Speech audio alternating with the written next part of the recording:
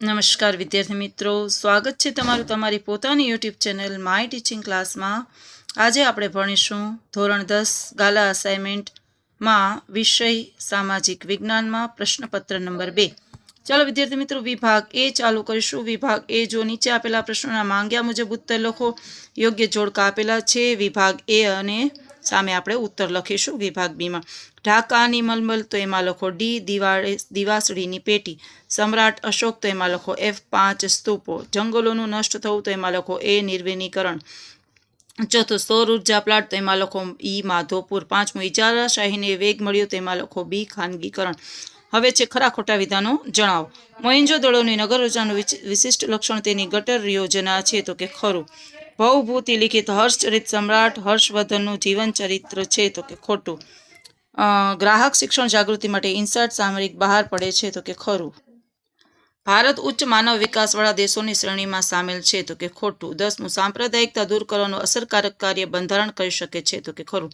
ચાલો વિદ્યાર્થી મિત્રો, હવે ખાલી જગ્યા પૂરવાની છે તો 11મી ખાલી જગ્યામાં લખો તાજમહેલ। 12મીમાં લખો વિશ્વ બંધુત્વ માં આવશે વિશ્વ બંધુત્વ। 13મીમાં લખો 38%। 14મીમાં લખો મહીસાગર અને 15મીમાં લખો દિલ્હી।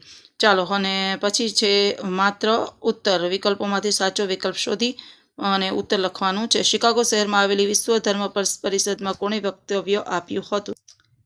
એમાં લખો સ્વામી વિવેકાનંદે। 17મું વર્ગખંડમાં ખેત તલાવડી વિશે વિદ્યાર્થીઓની ચર્ચા દરમિયાન રજૂ થયેલું કયું વિધાન યોગ્ય છે? તો એમાં લખો ડી, તે વૃષ્ટિ જળ સંચયની એક પદ્ધતિ છે। 18મું ઓડિશાની કઈ નદી મુક્ત ત્રિકોણ પ્રદેશ બનાવે છે? તેમાં લખો બી મહાનદી।